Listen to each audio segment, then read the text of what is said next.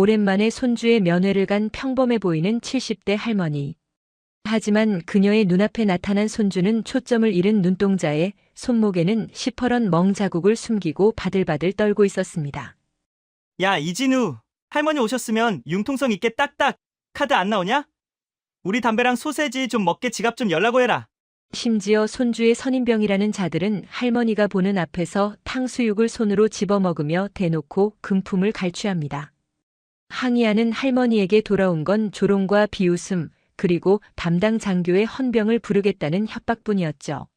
할머니, 군대 돌아가는 거 모르시면 가만히 계세요. 손주 병신 만들기 싫으면. 그 순간 현역 시절 독사라 불리며 육군 본부를 호령했던 예비역 중장 최명숙의 눈빛이 차갑게 변합니다. 그녀가 참다 못해 전화기 버튼을 누른 곳은 다름 아닌 제21보병사 단장실 직통 라인이었습니다. 나 최명숙이다. 정광호 소장, 지금 당장 튀어와. 여러분, 오늘도 편안한 시간 보내고 계신가요? 건드려서는 안 될 사람을 건드린 백두산 부대의 최후, 그리고 사이다 넘치는 참교육 현장. 오늘의 이야기도 재미있게 시청하시고 내용이 마음에 드셨다면 구독과 좋아요 부탁드리겠습니다. 그럼 이야기 시작하겠습니다. 서울 성북구의 낡은 2층 양옥집. 새벽 5시의 공기는 차가웠다. 최명숙은 알람이 울리기도 전에 눈을 떴다. 70대 중반의 나이 관절 마디마디가 삐걱거리는 소리를 내며 겨울이 왔음을 알렸다. 그녀는 침대에서 일어나 습관처럼 이불에 각을 맞췄다. 현역 시절부터 40년 넘게 몸에 밴 습관이었다. 거실로 나온 그녀는 물 한 잔을 마신 뒤 옷방으로 향했다. 옷장 한쪽에는 비닐에 쌓인 정복이 걸려 있었다. 어깨 견장에 박힌 3개의 은색별. 육군 중장. 그것은 그녀의 찬란했던 과거이자 평생을 바친 훈장이었다. 하지만 오늘 그녀가 선택한 옷은 정복이 아니었다. 짙은 회색의 모직 코트와 검은색 슬랙스, 그리고 굽이 낮은 편한 단화였다. 오늘은 하나뿐인 손자 이진우 이병을 면회하러 가는 날이다. 남편을 먼저 보내고 사고로 아들 부부마저 떠나보낸 후 진우는 명숙에게 남은 유일한 혈육이었다. 금지용엽 키운 손자가 입대한 지 벌써 4개월. 자대 배치를 받고 강원도 양구의 21사단 백두산 부대로 갔다는 소식을 들었을 때 명숙은 덤덤하게 고생 좀 하겠구나라고만 했다. 하지만 속으로는 밤잠을 설쳤다. 양구의 겨울이 최전방의 무게가 얼마나 혹독한지 누구보다 잘 알기 때문이었다. 명숙은 거울 속에 자신을 바라보았다. 흰머리가 성성한 평범한 할머니. 거리에서 마주치면 누구도 그녀가 한때 수만 명의 병력을 지휘하고 육군본부 작전회의를 주재했던 장군이었음을 짐작하지 못할 것이다. 그녀는 지갑과 신분증, 그리고 손주에게 줄 용돈이 든 봉투를 챙겨 현관을 나섰다. 음식은 따로 준비하지 않았다. 요즘 군대는 외부 음식 반입이 까다롭기도 하거니와 괜히 유난 떤다는 소리를 듣기 싫어서였다. 가서 따뜻한 밥이나 한 끼 사 먹일 생각이었다. 동서울 터미널은 이른 아침부터 군인들과 면회객들로 붐볐다. 휴가를 복귀하는 병사들의 표정은 어두웠고 면회 가는 가족들의 표정은 설렘과 걱정이 반반 섞여 있었다. 명숙은 양구행 시외버스 표를 끊고 차에 올랐다. 버스가 서울을 벗어나 춘천 고속도로에 접어들자 창밖 풍경은 회색빛으로 변해갔다. 앙상한 나뭇가지들이 칼바람에 흔들렸다. 명숙은 차창에 머리를 기대고 지난주 진우와의 통화를 떠올렸다. 할머니, 저 잘 지내요. 목소리가 왜 그러니? 감기 걸렸어? 아니에요. 그냥 조금 피곤해서 그래요. 선임들도 다 잘해주세요. 그래. 밥 잘 먹고 아픈 데 없게 하고. 네. 할머니, 이번 주말에 면회 오실 수 있으세요? 그럼. 가야지. 꼭 오세요. 평소에 투정 한번 부리지 않던 아이였다. 그런 진우가 말끝을 흐리며 꼭 오라고 했을 때 명숙의 가슴 한구석에 서늘한 예감이 스쳤다. 수십 년간 병사들을 지휘해온 직감이었다. 그것은 단순한 어리광이 아니라 구조신호였다. 양구 시외버스 터미널에 도착하자 찬 바람이 얼굴을 때렸다. 국토정 중앙 양구라는 슬로건이 무색하게 거리는 한산했고 오가는 것은 대부분 군용 차량이나 군인들이었다. 명숙은 택시를 잡아탔다. 65연대 면회소로 가주세요. 아이고, 백두산 부대 가시네요. 날 추운데 고생하십니다. 손주 보러 가시나 봐요? 택시기사의 너스레에 명숙은 엷게 미소 지으며 고개를 끄덕였다. 네. 자대가고 천면회입니다. 거기 훈련 빡세기로 유명하죠. 그래도 요새 군대 좋아져서 옛날 같지 않아요. 구타도 없고 핸드폰도 쓰고. 그렇다고 들었습니다. 택시는 굽이진 산길을 달려 위병소 앞 면회장 주차장에 멈췄다.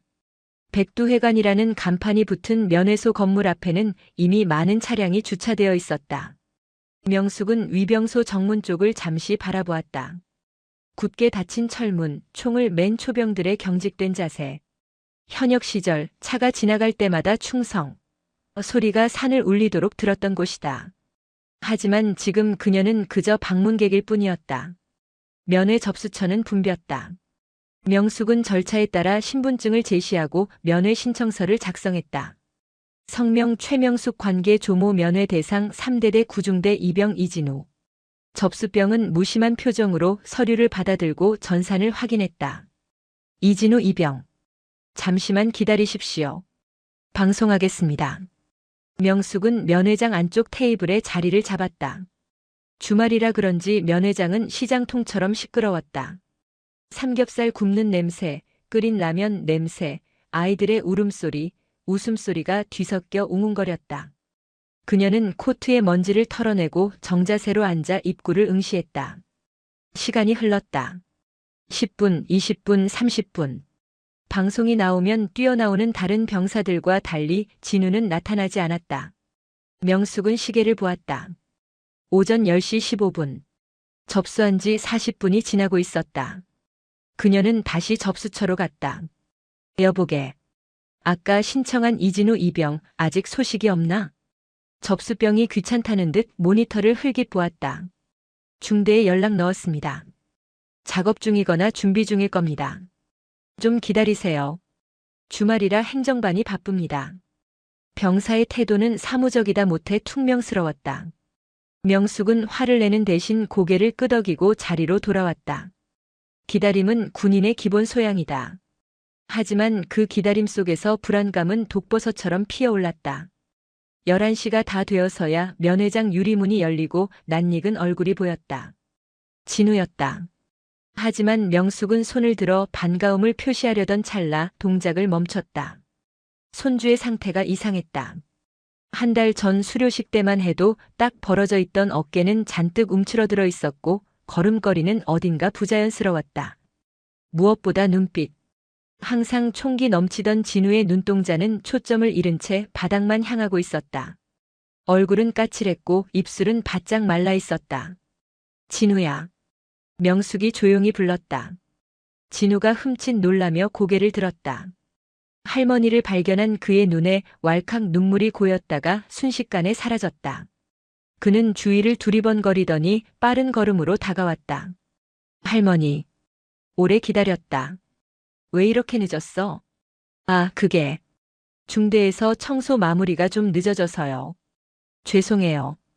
거짓말이었다. 명숙은 진우의 손을 잡았다. 손이 얼음장처럼 찼다. 그리고 손목 안쪽에 희미하게 멍든 자국이 보였다. 소매 끝으로 교묘하게 가려진 상처였다. 손이 왜 이래? 다쳤니? 진우가 황급히 손을 뺐다. 아니에요. 그냥 훈련받다가 좀 부딪혔어요. 진짜 아무것도 아니에요. 진우는 애써 웃어 보였지만 입꼬리가 파르르 떨리고 있었다. 명숙은 더 캐묻지 않았다. 지금 여기서 다그쳐봐야 아이만 더 힘들어진다는 것을 알기 때문이었다. 배고프지? 뭐 좀 먹을까? 여기 고기 구워 먹을 수 있다던데. 명숙의 말에 진우가 고개를 저었다. 아니요, 고기는 됐고. 그냥 쟁반짜장이나 하나 먹어요. 저 짜장면 먹고 싶었어요. 그래. 그러자. 두 사람은 면회장 내 중식당 코너에서 짜장면과 탕수육을 시켰다. 음식이 나왔지만 진우는 먹는 둥 마는 둥 했다. 자꾸만 식당 입구 쪽을 힐끔거렸다. 마치 누군가를 감시하거나 누군가에게 감시당하는 사람처럼 불안해 보였다. 진우야. 할미 봐라. 명숙이 나지막이 불렀다. 진우가 젓가락을 멈추고 명숙을 보았다. 무슨 일 있지? 할미가 군 생활 오래 해서 안다. 훈련 힘든 거랑 사람 힘든 거랑은 얼굴 때깔부터가 달라. 누가 괴롭히니? 아니에요, 할머니. 진짜 그런 거 없어요. 요즘 군대가 어떤 세상인데. 진우는 필사적으로 부인했다. 하지만 명숙은 식탁 아래로 진우의 다리가 덜덜 떨리고 있는 것을 보았다. 그때였다. 야, 이진우. 너 여기 있었냐? 걸걸한 목소리가 식탁 위로 떨어졌다. 명숙이 고개를 돌리니 전투복 상의 단추를 풀어 헤친 병사 2명이 서 있었다. 계급장을 보니 병장과 상병이었다. 병장 계급장을 단 사내의 이름표에는 황인성이라고 적혀 있었다. 진우가 반사적으로 자리에서 벌떡 일어났다. 의자가 뒤로 밀리며 끼익 소리를 냈다. 충성. 식사 중이었습니다. 진우의 목소리가 찢어질 듯 높았다. 과도한 군기, 아니 공포였다. 황인성 병장은 진우의 인사를 받는 둥 마는 둥 하더니 명숙을 훑어보았다. 눈빛의 예의라고는 찾아볼 수 없었다. 아, 할머니 오셨나 보네. 안녕하세요. 건성으로 던진 인사였다. 명숙은 앉은 채로 그들을 빤히 올려다보았다. 내 손주 선임들인가? 네. 맞습니다. 제가 이진우 사수입니다. 이 녀석이 워낙 일을 못해서 제가 데리고 다니면서 가르치느라 아주 죽겠습니다. 황 병장이 킬킬거렸다. 옆에 있던 상병도 거들었다. 진우야, 너 아까 청소 제대로 안 해놓고 나왔더라. 김 병장님이 찾으시던데. 진우의 얼굴이 사색이 되었다. 죄송합니다. 복귀해서 바로 시정하겠습니다. 황 병장은 식탁 위에 놓인 탕수육 접시를 보더니 젓가락도 없이 손으로 집어 입에 넣었다. 오, 탕수육 맛있네. 야, 진우야. 우리 지금 PX 가는 길인데 지갑을 두고 왔다. 너 카드 좀 빌려줘라. 담배랑 냉동 좀 사게. 아, 제 카드는 지금 생활관 관물대에. 아이씨, 진짜. 야, 그럼 할머니한테 좀 달라고 해. 할머니, 손주군 생활 편하게 하려면 이런 거 좀 지원해 주셔야죠. 저희가 얘 뒤치다꺼리 하느라 얼마나 고생하는데.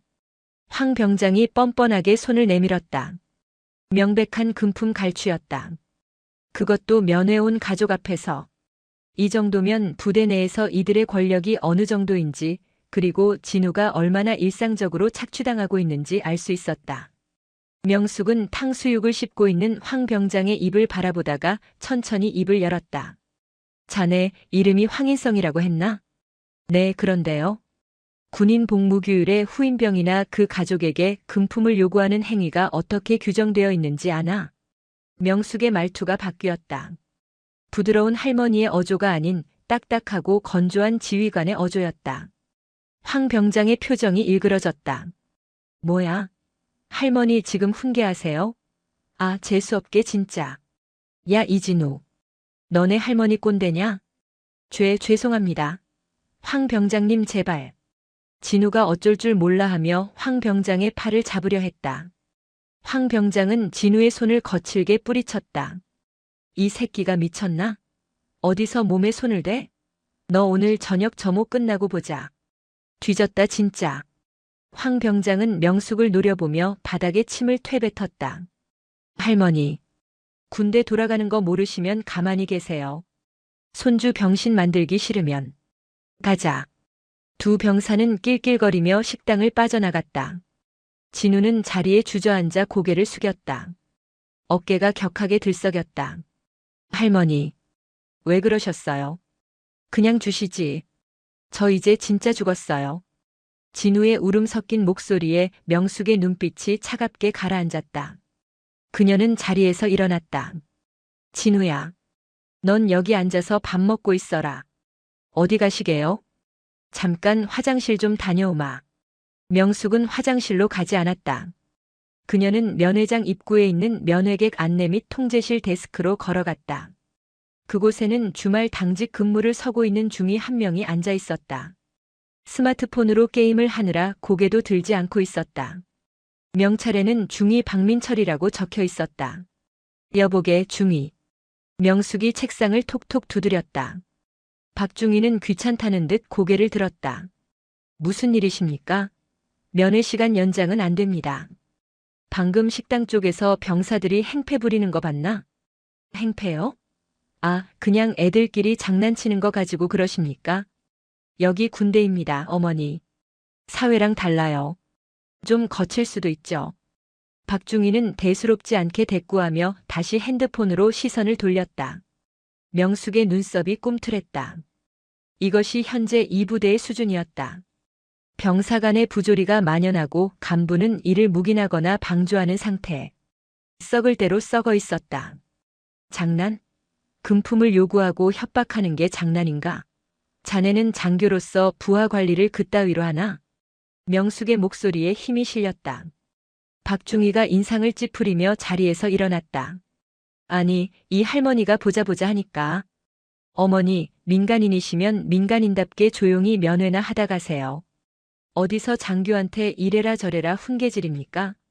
영업 방해로 헌병 부르기 전에 가세요. 명숙은 기가 찼다. 헌병을 부른다라.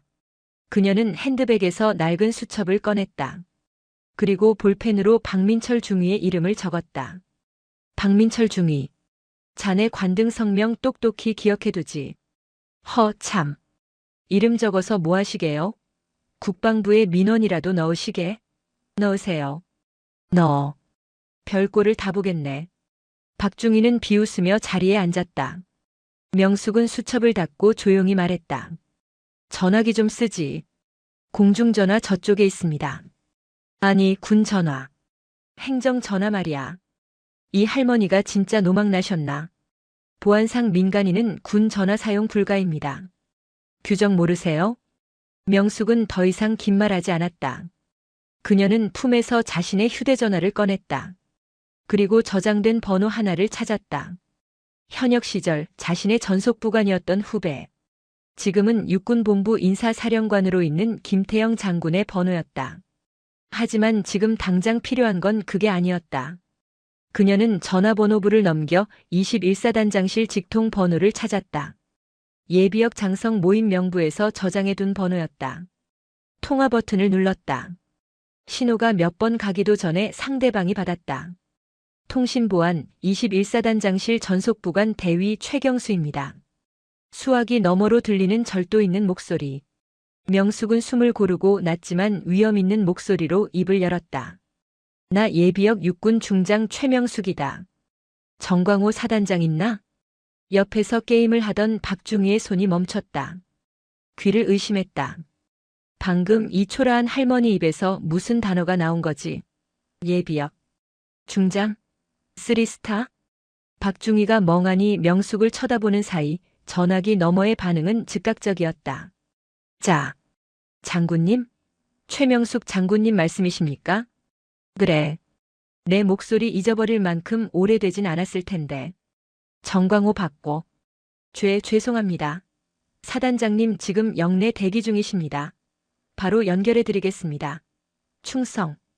잠시 후 굵직한 목소리가 들려왔다. 충성. 21사단장 소장 정광호입니다. 최 차장님? 정말 차장님이십니까?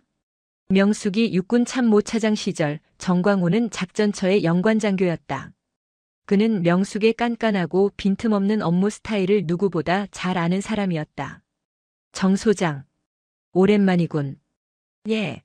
안 그래도 강원도 쪽 오시면 한번 모시려고 했는데 연락도 없이 어쩐 일이십니까? 내가 지금 자네 사단 65연대 면회장에 와 있네. 손주놈 면회를 왔지. 아, 손주분이 저희 부대에 있었습니까? 미리 말씀을 주셨으면. 의전 같은 거 받으려고 전화한 거 아니다. 정 소장. 명숙이 말을 끊었다. 그녀의 시선이 덜덜 떨기 시작한 박중희에게 고정되었다. 지금 내 눈앞에서 내 손주가 선임병들에게 협박을 당하고 자네 부하인 당직 장교는 그걸 보고도 나를 헌병 불러 쫓아내겠다고 협박을 하더군. 이게 자네가 자랑하던 백두산 부대의 기강인가? 수화기 너머에서 헛하는 소리가 들렸다. 침묵이 흘렀다. 폭풍전야의 침묵이었다. 자네에게 딱 30분 주겠네.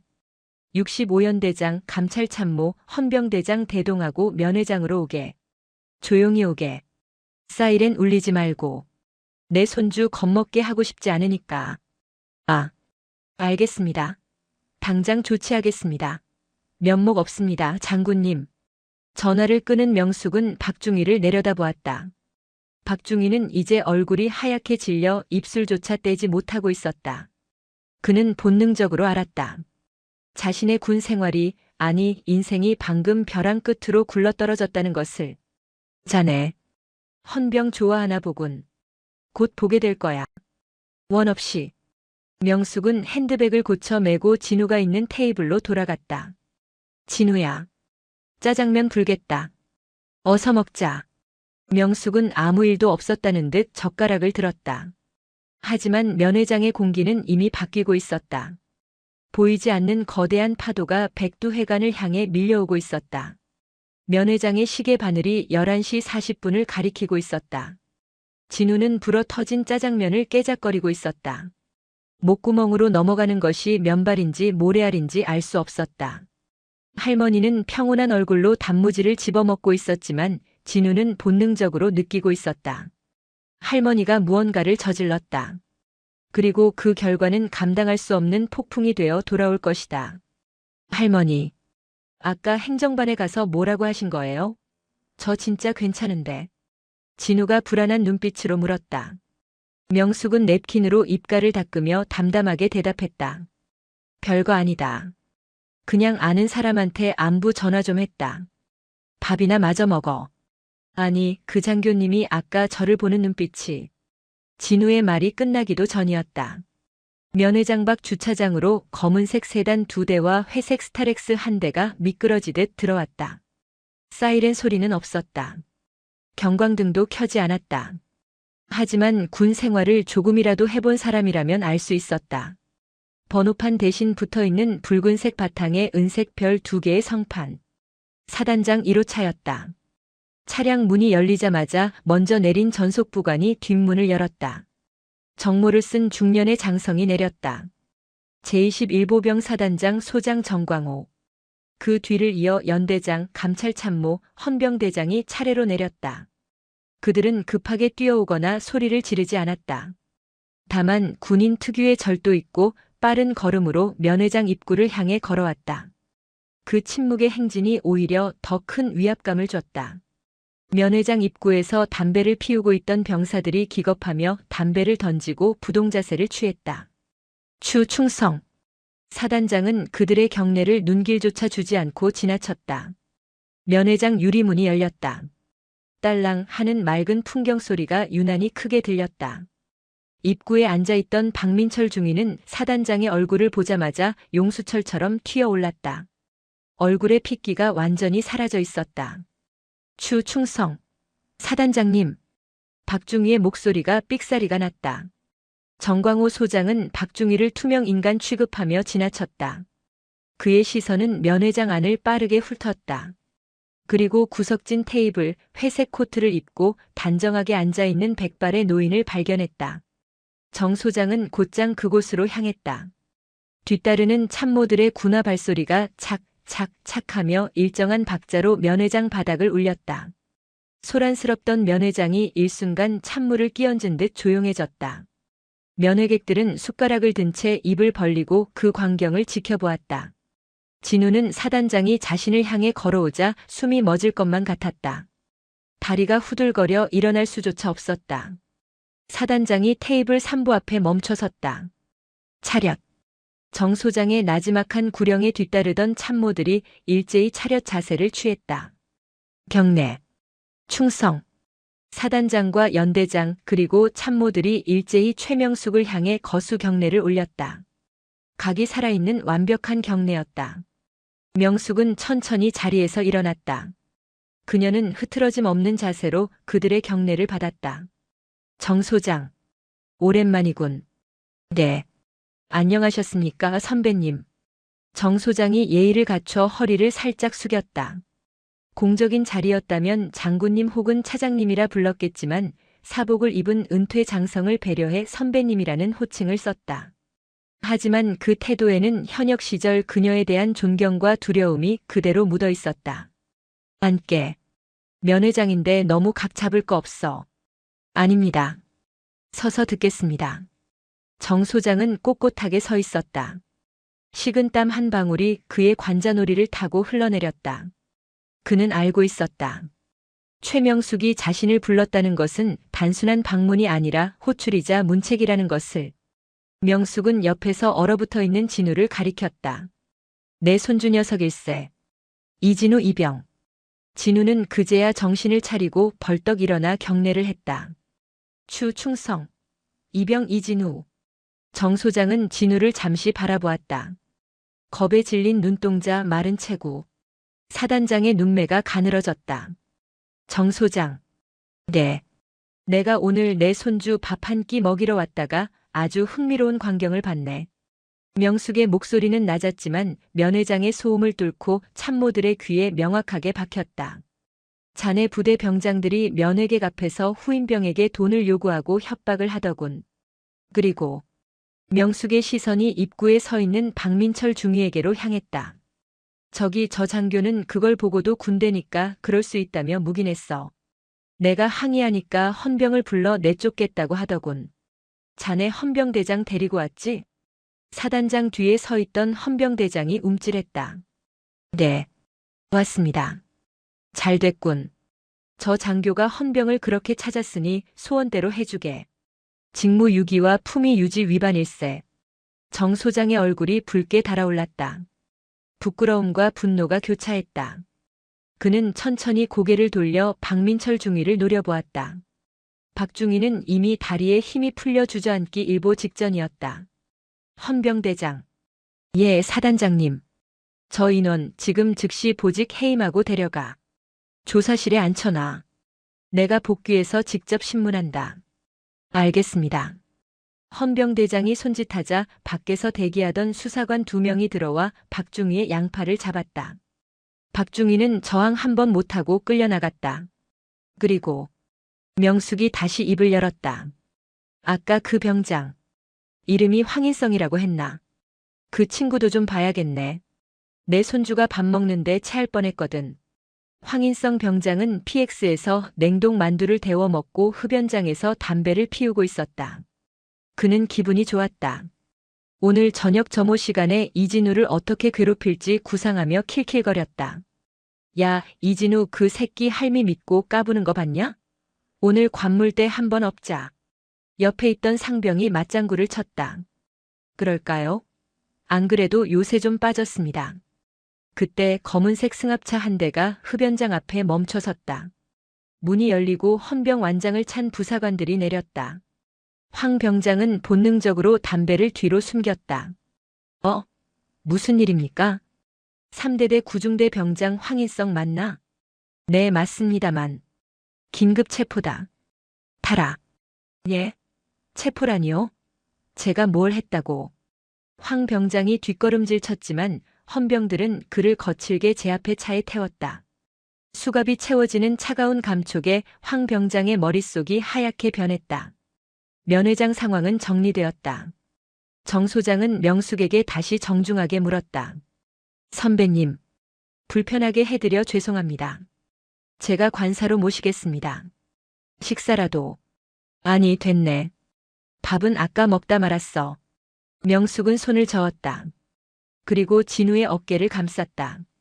정 소장, 부탁 하나만 하지. 말씀하십시오. 내 손주가 지내는 곳을 좀 보고 싶네.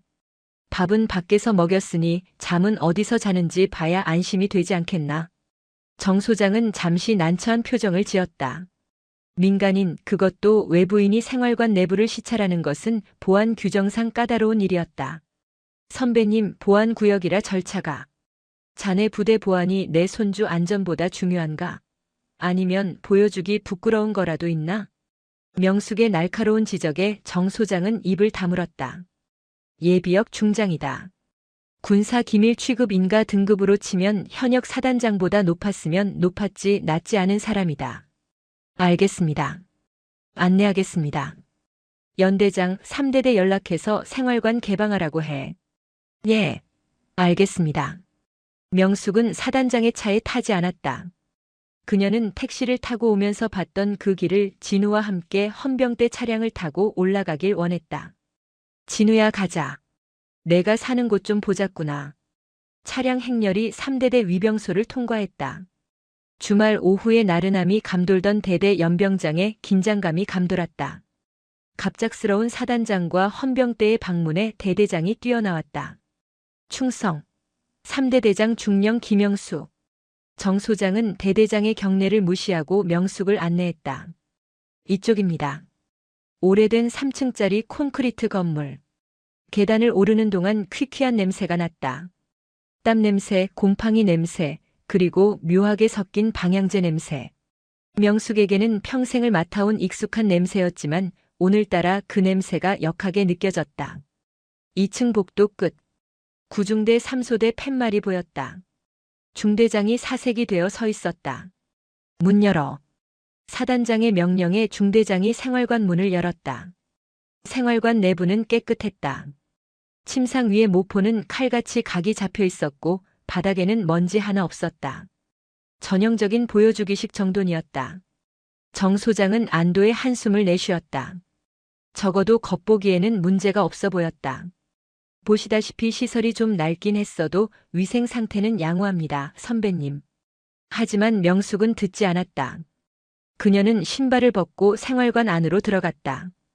침상 끝에 서서 진우를 불렀다. 내 자리가 어디냐? 여기. 끝번입니다. 진우가 문 쪽 가장자리, 소위 말하는 막내 자리를 가리켰다. 명숙은 진우의 관물대를 열어보았다. 텅 비어 있었다. 짐이 이게 다냐? 네. 내가 사준 책들은? 로션은? 시계는? 진우는 입술을 깨물었다. 명숙은 대답을 듣는 대신 바로 옆자리 관물대를 가리켰다. 이름표에는 병장 황인성이라고 적혀 있었다. 이거 열어.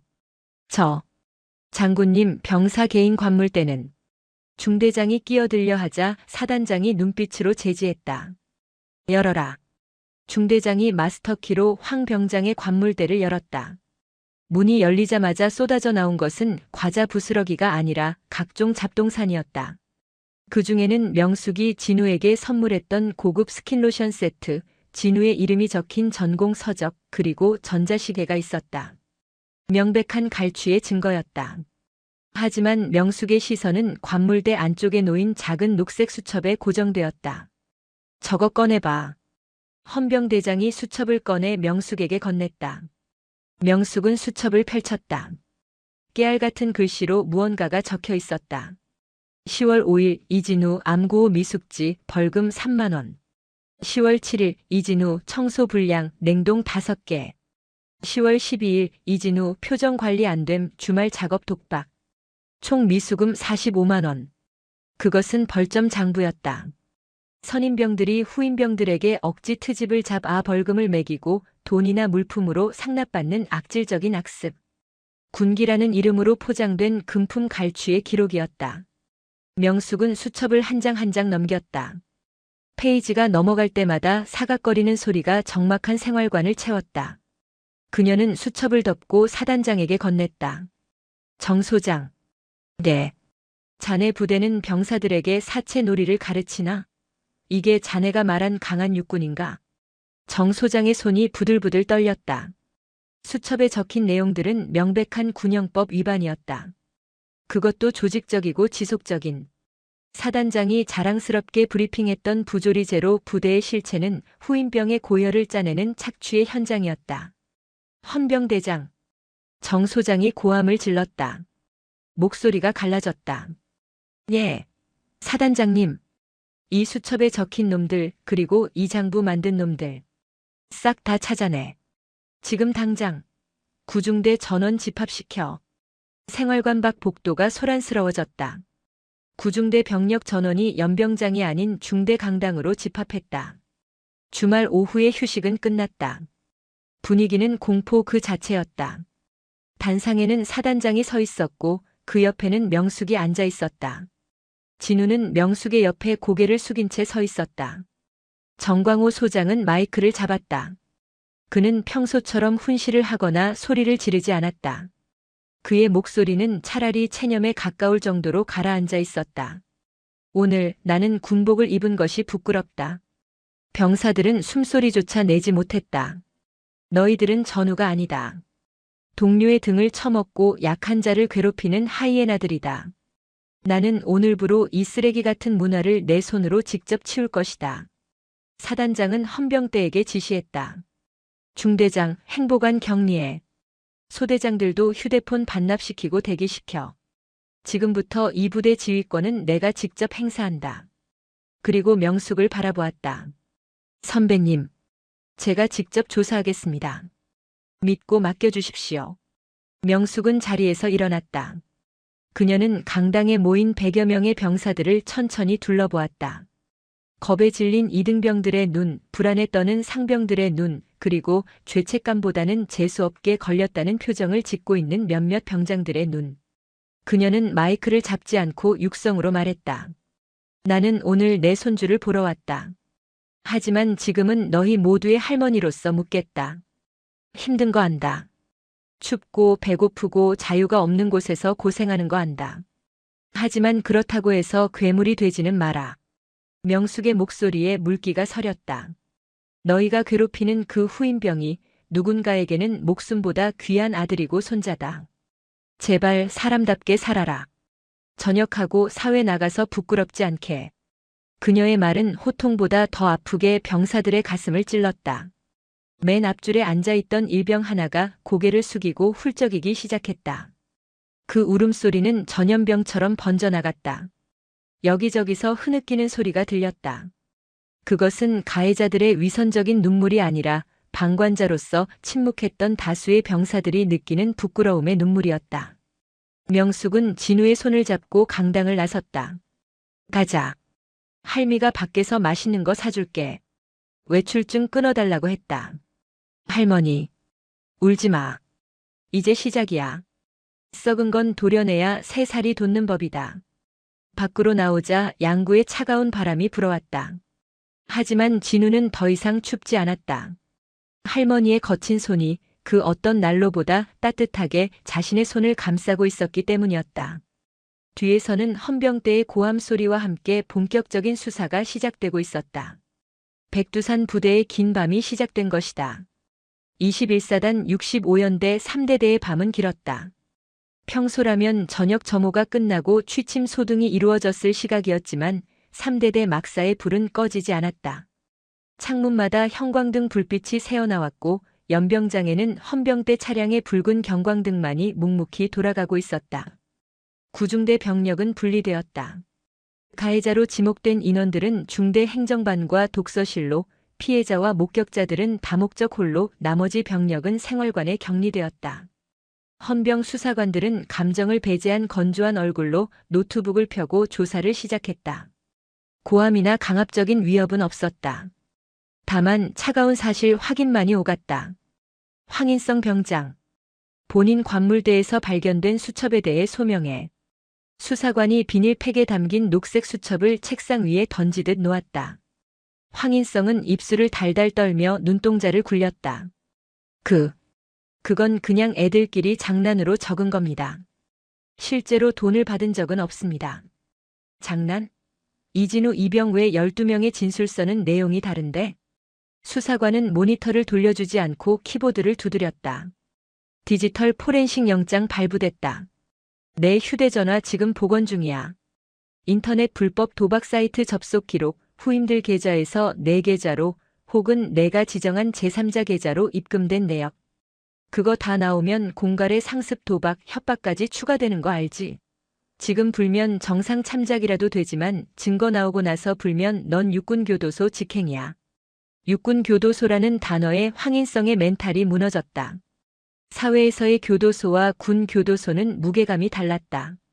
전과자가 되어 전역한다는 공포. 그는 덜덜 떨리는 손으로 얼굴을 감싸쥐었다.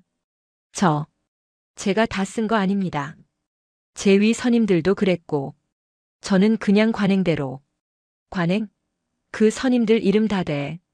한 놈도 빠짐없이. 옆방에서는 면회장 당직 장교였던 박민철 중위의 조사가 한창이었다. 그는 억울함을 호소하고 있었다. 아니, 저는 정말 몰랐다니까요. 병사들이 식당에서 좀 시끄럽게 굴길래 주의만 주려고 했습니다. 근데 그 할머니가, 아니, 최 장군님이 다짜고짜 화를 내셔서 조사를 맡은 헌병 수사과장이 혀를 찼다. 박중희, CCTV 다 확보했어. 최 장군님이 데스크로 와서 대화할 때 자네 시선이 어디 있었는지 알아? 계속 핸드폰에 있었어. 그 시간에 실행 중이던 모바일 게임 로그 기록까지 다 뜰 거야. 직무유기, 근무태만. 그리고 상관 모도까지. 자네 장교 맞나? RT 임관할 때 선서 안 했어? 박중희는 고개를 떨구었다. 그의 어깨에 달려있던 그토록 자랑스러워하던 다이아몬드 계급장이 오늘따라 한없이 초라해 보였다. 새벽 3시가 넘어가면서 수사는 급물살을 탔다. 황인성의 자백을 시작으로 고구마 줄기처럼 여죄가 드러났다. 단순한 폭행 사건이 아니었다. 구중대 내에는 일종의 카르텔이 형성되어 있었다. 으슥한 창고에서 벌어지는 상습적인 구타, 후임병들의 월급을 갈취해 스포츠 도박 자금으로 탕진하는 선임들, 그리고 이를 알면서도 묵인하고 오히려 떡고물을 받아먹은 부사관의 비위 사실까지. 백두산 부대의 썩은 환부가 적나라하게 드러나고 있었다. 같은 시각 연대장실. 최명숙은 소파에 깊숙이 몸을 묻고 있었다. 그녀의 앞 탁자에는 식어 빠진 믹스커피 한 잔이 놓여 있었다. 창밖으로는 양구의 깊은 어둠이 내려앉아 있었다. 문이 열리고 정광호 사단장이 들어왔다. 그의 얼굴은 반나절 만에 10년은 늙은 듯 초췌해 있었다. 그는 명숙의 맞은편에 앉지 않고 정중하게 서 있었다. 앉게. 정 소장. 편하게 서 있겠습니다. 내 다리가 아파서 그래. 자네가 서 있으면 내가 고개를 들어야 하잖아. 앉아. 그제야 정 소장은 조심스럽게 맞은편 소파에 엉덩이를 걸쳤다. 보고받았습니다. 생각보다 뿌리가 깊습니다. 면목이 없습니다. 정 소장의 목소리는 갈라져 있었다. 명숙은 커피잔을 만지작거렸다. 정 소장, 자네 사단장 취임할 때 뭐라고 했나? 적이 두려워하는 부대, 국민이 신뢰하는 부대를 만들겠다고 했지? 네, 그렇습니다. 근데 지금 자네 부대 병사들은 적을 두려워하는 게 아니라 오늘 밤 내 선임이 나를 얼마나 때릴까, 내 월급을 얼마나 뺏어갈까 그걸 두려워하고 있어. 이게 자네가 만든 부대야. 정 소장은 입술을 꽉 깨물었다. 변명의 여지가 없었다. 지휘관은 참 외로운 자리지. 보고는 쏟아지는데 정작 중요한 진실은 보고서 맨 밑바닥에 깔려 올라오지 않아. 의상, 무, 양호, 건전. 그 듣기 좋은 단어들에 취해 있으면 밑에서 썩어가는 냄새를 못 맡게 돼. 명숙의 눈빛이 부드러워졌다. 그것은 질책이 아니라 같은 길을 걸어온 선배로서의 뼈아픈 조언이었다. 내가 오늘 굳이 나선 건 내 손주놈 때문만은 아니네. 이대로 두면 자네가 죽어. 나중에 더 큰 사고 터져서 자네 군복 벗는 꼴 보기 싫어서 내가 악역 자처한 거야. 정 소장의 눈시울이 붉어졌다. 그는 50이 넘은 나이에 까마득한 대선배 앞에서 어린아이처럼 고개를 숙였다. 감사합니다. 그리고 죄송합니다. 뼈를 깎는 심정으로 쇄신하겠습니다. 다시는 이런 일이 없도록 하겠습니다. 그래. 믿겠네. 그리고 부탁 하나만 더 하지. 말씀하십시오. 내 손주 이진우. 그리고 오늘 용기 내서 증언한 병사들. 이 부대에 계속 두면 안 돼. 아무리 자네가 보호한다고 해도 남은 잔당들이나 분위기라는 게 있어. 내부 고발자라는 낙인이 찍히면 군 생활 못해. 네. 안 그래도 육군본부 인사사령부와 협조하여 전출 계획을 세우고 있습니다. 계룡대로 보내게. 계룡대 말씀입니까? 육군본부 근무지원단. 내 집에서도 가깝고 거긴 보는 눈이 많아서 함부로 못해. 내가 가끔 가서 밥이라도 먹이게. 알겠습니다. 최우선으로 조치하겠습니다. 사건 발생 2개월 후. 겨울이 지나고 양구의 산자락에도 희미하게 봄 기운이 돌기 시작했다. 하지만 21사단의 겨울은 아직 끝나지 않았다. 대대적인 감찰과 수사의 결과는 혹독했다. 군사법원의 판결은 추상 같았다. 주범인 황인성 병장과 악질적인 가혹행위를 주도했던 상병 2명은 군형법상 특수폭행, 공갈, 강용, 상습도박 등의 혐의로 징역 1년 6월에서 3년의 실형을 선고받았다. 그들은 전역증 대신 수감 번호를 받고 국군교도소로 이송되었다. 재판정에서 황인성의 부모가 통곡하며 선처를 호소했지만 증거가 너무나 명백했고 여론의 관심이 집중된 사건이라 판사도 엄벌을 내릴 수밖에 없었다. 방조했던 간부들에 대한 처분도 뒤따랐다. 당직 장교였던 박민철 중위는 성실 의무 위반 및 품위유지 위반으로 중징계를 받고 현역 부적합 심사에 회부되었다. 그는 결국 불명예 전역 조치되어 군문을 떠났다. 구중대장과 행보관 역시 지휘감독 소홀의 책임을 물어보직 해임되었고 징계위원회에서 정직 처분을 받았다. 진급이 생명인 직업 군인에게 정직과 보직 해임은 사실상 사형 선고나 다름없었다. 정광호 사단장은 자리를 지켰다. 최명숙 장군이 육군 참모총장에게 직접 전화를 걸어 한 번의 실수로 유능한 장군을 잃지 말라고 탄원했기 때문이다. 대신 정 소장은 사단 전 병력을 대상으로 강도 높은 인권 교육과 소원 수리 시스템 전면 개편을 단행했다. 보여주기식 행정이 아닌 사단장이 직접 이등병들과 도시락을 먹으며 대화하는 소통의 날이 정례화되었다. 백두산 부대는 아주 느리지만 분명하게 변하고 있었다. 그리고 이진우 일병. 그는 계급장이 하나 더 늘어난 상태로 충청남도 계룡시 육군본부가 있는 계룡대로 전입을 갔다. 3대대를 떠나던 날 진우는 뒤를 돌아보지 않았다. 그곳은 악몽이었지만 동시에 자신을 구해준 할머니의 사랑을 확인한 곳이기도 했다. 4월의 어느 주말, 서울 성북구 최명숙의 집 마당에는 라일락 꽃향기가 은은하게 퍼지고 있었다.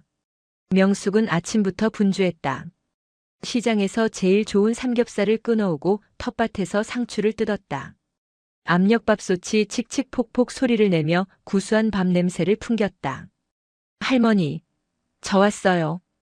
대문이 열리고 씩씩한 목소리가 들려왔다. 군복을 입은 진우가 들어왔다.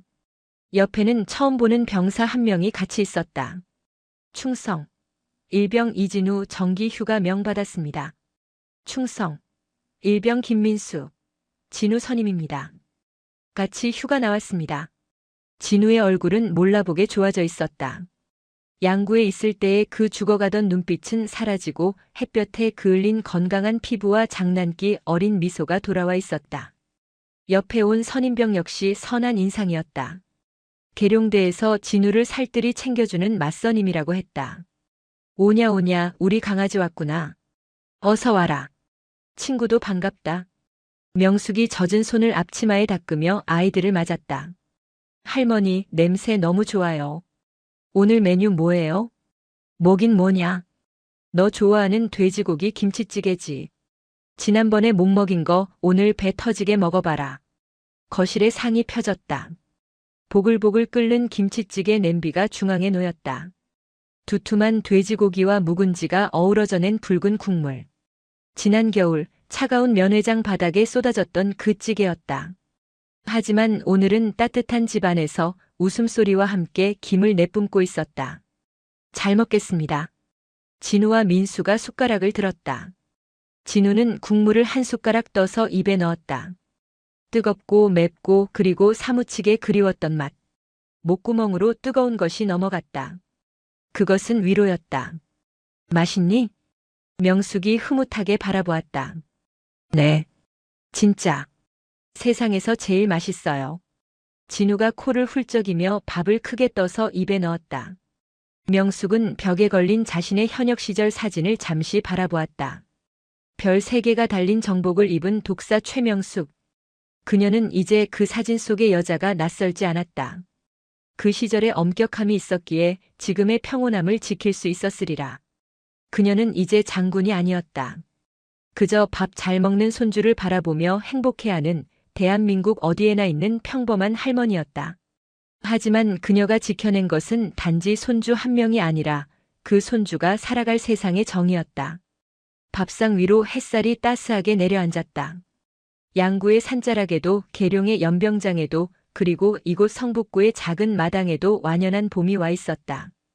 설이 내린 별은 이제 따뜻한 봄 햇살 속에 녹아들어 아이들의 앞길을 비추는 은은한 빛이 되었다.